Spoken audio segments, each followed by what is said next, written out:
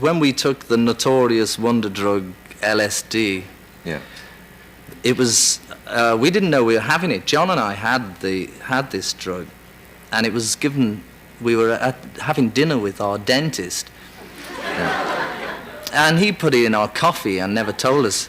And we never heard of it. I mean, it's a good job we hadn't heard of it, because there's been so much paranoia created around the drug that people now, if they take it, they're already on a bad trip before they start. Whereas for us, we didn't know anything. We were so naive, and so we had it, and we went out to a club, and it was incredible. It was really incredible. So a couple of years later, Paul had the drug too. Yeah, we always had to watch ourselves. Yeah. Because if we weren't watching ourselves, there was somebody else out there who was. Yeah. And there was always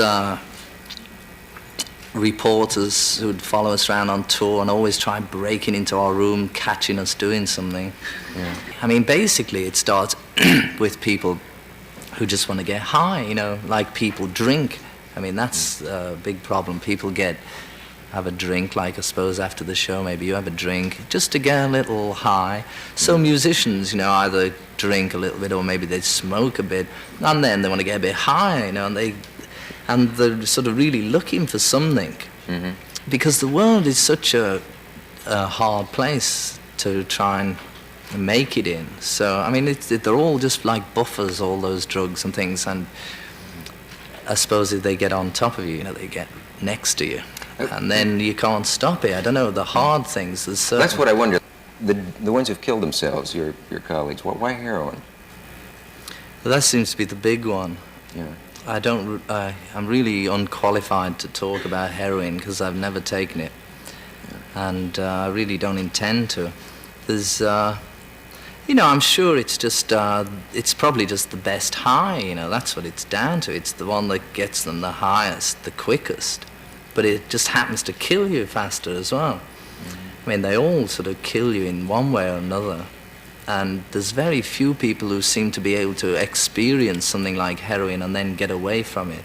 Mm-hmm. Because it just gets in the system and they become dependent on it. I don't know. It's sad, you know, it's really sad because they're all looking for some deep love or something like that. And they miss it, you know. It's much better to try and not take any drugs, you know.